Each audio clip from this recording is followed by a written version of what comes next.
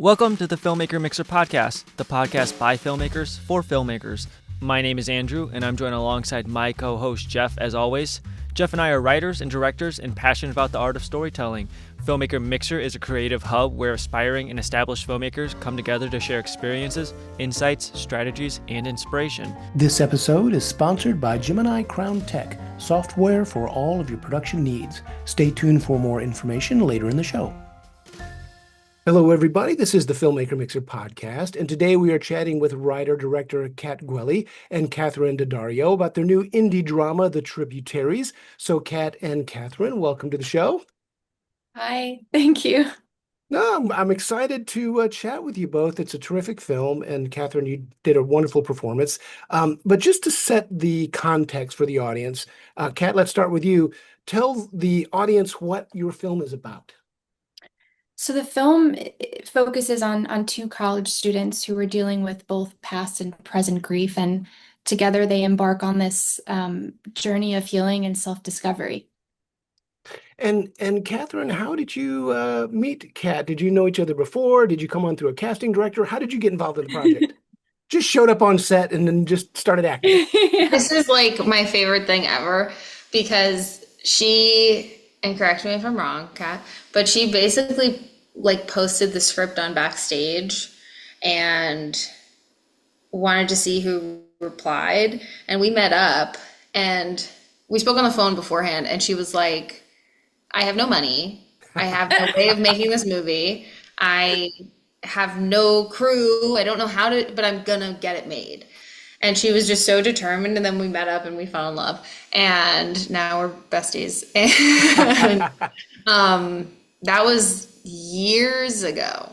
That was, 2018. Oh, no kidding. So you've been developing it. Well, when did you start, Kat, developing the project? I started in 2014. I started writing it. I was in film school. I was a freshman in film school. That summer, one of my best friends took his own life. And so I was sort of in this emotional fog, and I was just writing, and that's sort of how the script was born. And when I met Kat in 2018, we were both sort of going through grief of our own, and we kind of met each other where we were at the time, and I think we just connected. And when I met Kat, I immediately, I didn't tell you this, but I felt like I had to, give you an audition, but I knew that you had to play Robbie when I met you at that coffee shop.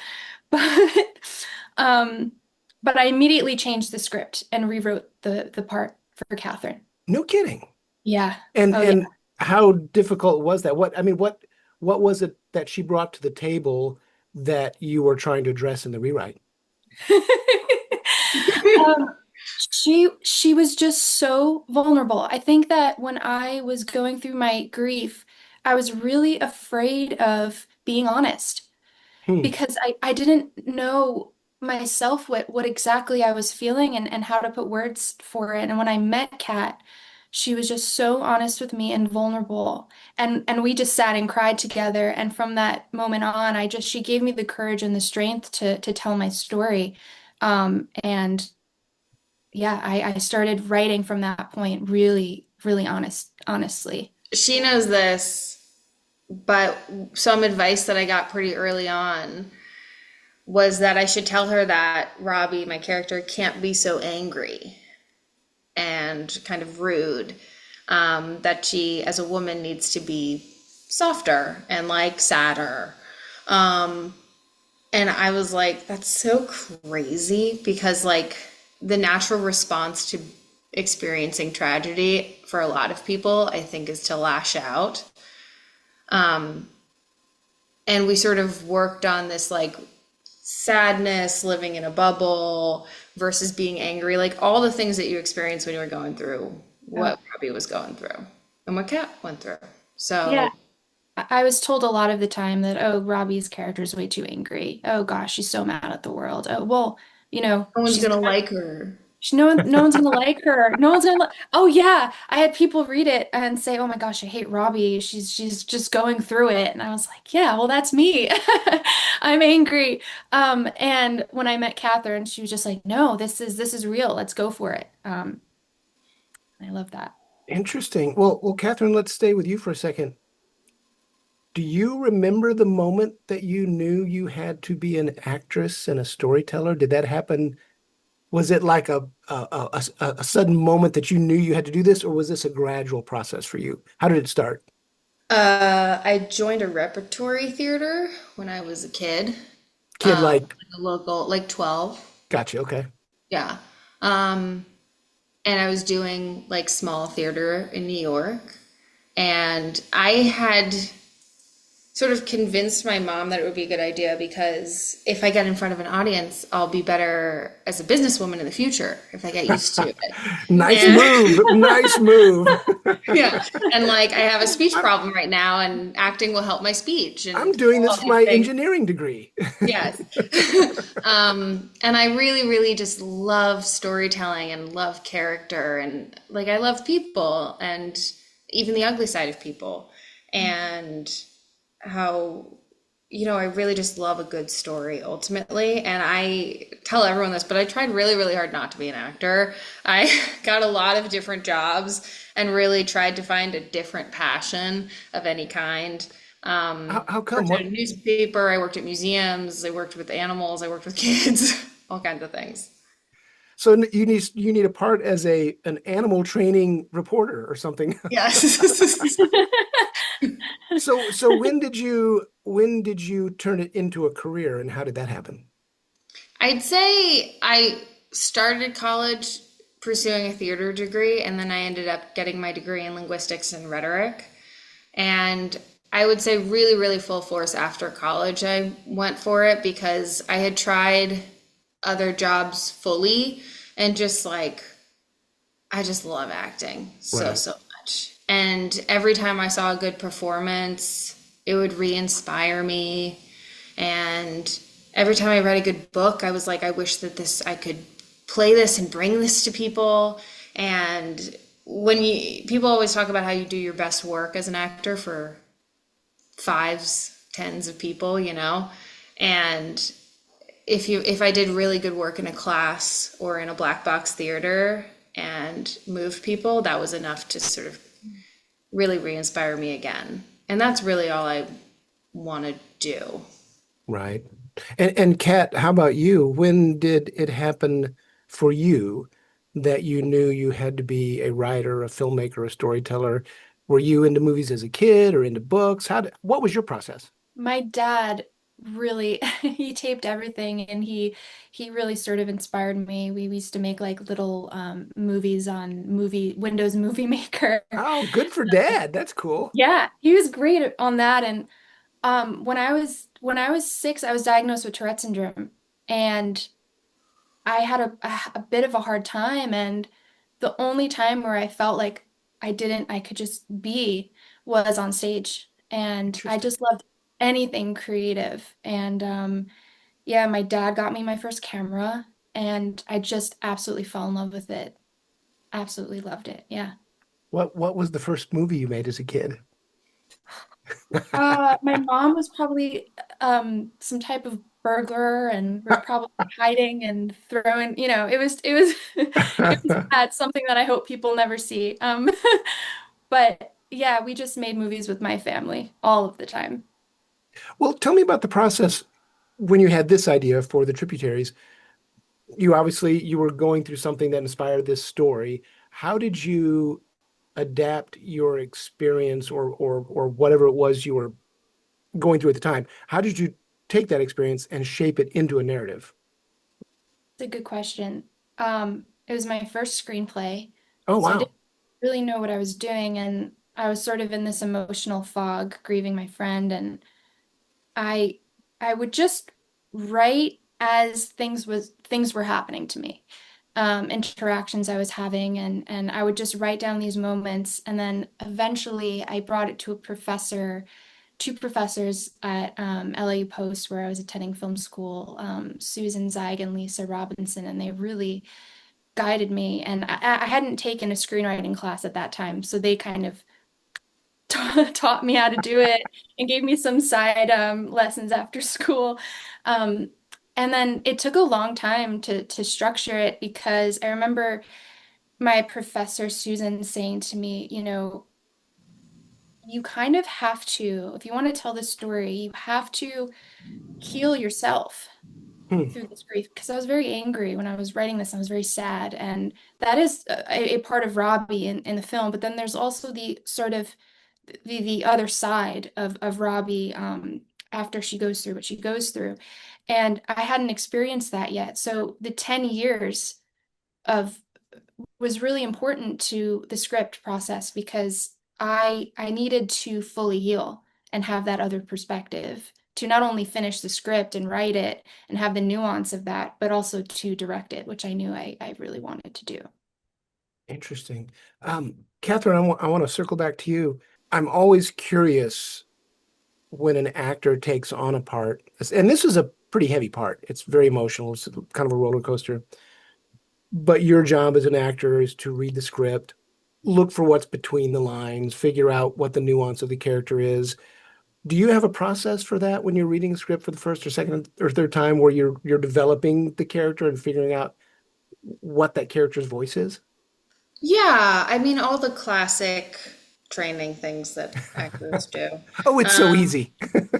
yeah, I mean, it is, I like to analyze it from a story perspective and just sort of take it in the first few times I read it, and just try a lot of different things and see what sort of fits and what suits. And I talk to Kat a lot about breathing, where she carries her trauma, because some people, when you're going through something and you get like stomach problems, or you get a knot in your back, or you start having, tight hips or whatever. There's all that stuff that's physical that really, I think, affects the performance as well. And we luckily, like weirdly, with all the time we had, especially during COVID, because we had to hold off shooting, we really had a lot of rehearsal time and conversation time. And I think that led to a really, I love the movie. Like it's really very sad, and I love Robbie, and I sort of carry her around with me. Oh. I don't have a specific path I take with any one character. I think with Robbie, it was just how can you be the most sympathetic version of Robbie who also has like had it up to here with the world. That's really just it. Like my acting teacher always talks about like what's more interesting to watch. Do you want to watch me fall from all the way up here or fall from here? And just whatever the biggest choice is, start with that and then shrink it to reality. Interesting. That makes sense. I'm curious about something else because you said you carry a part of Robbie with you. When you're involved in a project, I mean, you just throw yourself into it, and filmmaking is very hard, it's very stressful. There's a lot of emotions going on just to get the film made, not even, including bringing voice to this character. So I'm curious, was there a specific moment in the process of shooting where it sort of washed over you what kind of story you were telling, and maybe it changed your view of either acting or of life or anything, any uh moments like that? There were Does that even make sense? Kat can, I think we've talked about this a little bit because we had such a beautiful set. Like we all had lunch together, and very often they send the actors away to go have lunch alone, which I think is good sometimes. But for this, it was really nice to bond with everyone there, and have a really beautiful experience. Like the family, Kat and Justin, the cinematographer's families were really heavily involved. So I kind of got to see the story also from their perspective all the time, and that was really beautiful.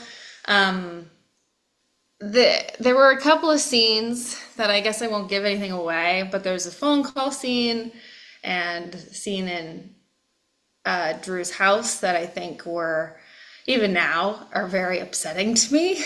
And that's also part of the rehearsal thing of like, when I think about those, like my brain starts going through the track that I had sort of laid for myself. And also just like having gotten those phone calls and having, you sort of, I think anyone can really, sorry, I see Kat getting upset also. I love you. But it's just like, that sort of stuff stays with you. Even if it's not real, the emotions are real. Right. So that becomes a real part of your life. And also then after the fact, which I think is really cute, like you guys telling me how the crew was affected by some of those scenes was like really very beautiful. And really everyone was there because we wanted to tell this story. And so many people had been through a lot of this stuff on their own and received something from it, some healing from it, which was very, very nice and also really sad. So, yeah. Well, Kat, I'm also curious with you. It had to be a cathartic experience to take this story that was very personal. You wanted to get it made, and the next thing you know, you're actually doing it. You're getting it out there in the world. Was there any particular moment that when you saw this story coming to life gave you a new perspective on either filmmaking or storytelling or the craft or just, personal things? Yeah, that's a great question. I was when the film finally when we were going to shoot the movie, kind of like doing all of the work, you kind of like get away from, why you even made the thing in the first place, and there's a few scenes as Catherine was talking about. I had experienced this thing that was really tough in my childhood home, in my room. I was, just got out of the shower and we shot in my childhood house. No kidding. And Catherine did that exact same thing in my room. Just got it. Like it was the exact same moment to moment as I experienced it. Catherine was playing it out. So that moment was so emotional, but so healing for me to watch Catherine, who I love so much, give herself to the role and to moment by moment just reenact that. What I had experienced was I mean I still don't know how to thank her. And that's what I love about filmmaking, is like you can put all these people together in a safe space and really heal from the things in our lives that, sometimes we don't even know how to talk about. And now we can talk about them in a really positive, safe way. And when that scene happened, everyone in the crew, I mean, we just hugged each other because everyone in the crew, if they were not affected like themselves, they had, depression or anxiety, they had known someone who had um, took their life. So it was very healing for everyone. And so I've learned that filmmaking can be such a beautiful, special healing process. And that's what I absolutely love about it. And on a slightly lighter note, first of all, Kat is so incredibly giving, and like when she would give notes, people would start crying because the notes were so powerful. People would be like, "Oh my God, I never thought about the smells and the sounds, are just horrible." It's great, but also like. And I'm sorry if I'm not allowed to share this, but like Kat got horrific food poisoning at one point, and we Oh, had to wow. shoot a scene on the beach the next day, and she's like, like weak and pathetic under umbrellas, like giving notes after vomiting all night outside the room I slept in. It was Thank crazy. you, And Catherine. like, I'm sorry, but I also caused the delay at the top because I got COVID from this wedding and then she had to reschedule everything. And like, they lost the location and had to find it. Like, everything that happens on a film set happened on this one. Yeah. And she had to deal with this really delicate story where everyone felt the weight of like the there are movies that you make that you're just making because they're going to be a fun movie. And then there's things where you kind of feel a moral responsibility to the story, even as a crew member. And we had to deal with all of that stuff as well as the regular film nonsense. Oh, I just wanted to say something about Catherine. She she's so prepared that, she said before that the PAs were mingling with the actors, and it was such a small set that everyone was just together all the time. So she would walk onto the set and would be laughing and making everyone feel comfortable. And then as soon as the cameras turned on, she would just be like in Robbie. And then as soon as the cameras stopped, she would be joking again. And that's how prepped Catherine is that when she's not acting as her character, she's making everyone on set feel comfortable. And that especially on this film set the tone on first day. Like the crew worked harder. Everyone worked harder because of Catherine. And so as a director, I'm like, I don't, that's not always the case. It's really never the case. So that's just something about who Catherine is as an actor and just as a person. I think that's the job, and I think that's what everyone, we really had a magical experience on it. Everyone managed to make it like a great experience and not bring the weight of the story to the weight of the set. Right. Yeah. It was really nice. Well, you made a comment about trying to do justice to the story and making a film that has more to it than just entertainment value, which films for entertainment value are great. All films should be entertainment, but also the great thing about storytelling is you can talk about subject matter that people don't want to talk about, and you can take these stories and put it in a framework where people can talk about these things. I don't know if that makes sense or not, but so I guess my question is, we'll start with you, Kat. What would you hope that an audience would walk away from after watching this film? Or do you even have any ideas on what your expectations are in that capacity? Yeah, I hope that people can feel seen and held through the film. Um, I really was set out to make a film that was unapologetic when talking about grief and mental health, because when I was experiencing it, I needed that at the time. And so I hope people can feel absolutely seen through it, and hopefully have a conversation about mental health and about the human experience. Right. And people, when they go through grief, there's so many emotions. You feel responsibility, you feel guilt, you feel like you're not doing enough. There are all these things that wash through you, and because of that conflict of emotion, people don't really want to talk about it. And the best thing they can do is talk about it, because um, processing grief and being prepared for grief, if you can be prepared, is a good thing if you can do it. Catherine, I want to circle back to you if you had any ideas on what you hoped an audience would take away from the film. I mean, yeah, I hope that it helps people heal. And I think that it's funny because I think people who haven't necessarily experienced anything like this won't need this film. But I think for people who do, they're going to really, really love it. Right. And I also think it's kind of fun. Is that looking at Kat? Is that accurate? I think it's kind of fun. Definitely sad, definitely tragic, but like there's hope at the end, which is really nice Yeah. because life goes on, Yeah.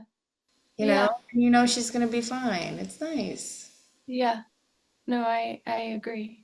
Well, let's circle over to something else. What kinds of other stories do you want to tell, Kat? Or do you have other ideas? Are there screenplays you're working on?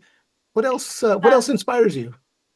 Catherine Daddario inspires me. And so Damn true. right. Just kidding. Yes. Yes. As soon as we got off film set, I was like, I need to write something to work with her again immediately. So we're in pre-production on another feature film right now. And, my experience, I've dealt with mental health my entire life, and feeling like I couldn't talk about it my entire life. And I'm really happy that we get to be in a place now, especially that we can talk about it through art. And so that's my perspective, and that's what I'm going to keep writing about. And hopefully people can feel seen through it. And yeah, I love Catherine, and I hope I can continue to work with her on as long as she'll allow me. Yeah. I mean, same. I'm obsessed with Kat. Her next script is so fun. It's also really, really upsetting, but it's But sort it's of fun. leans in to, it's really funny, honestly, because like anyone who's had mental illness knows it's kind of funny sometimes. Like, it's got a lot of colors. It's really nice. It's a nice family story. Well, before we wrap up, Kat, let's start with you. Where can people follow your work? Where can people learn about where the film is playing? All those kinds of things. So The film will be having its West Coast premiere at Dances with Films June 29th at 12 p.m. at the Chinese Theater.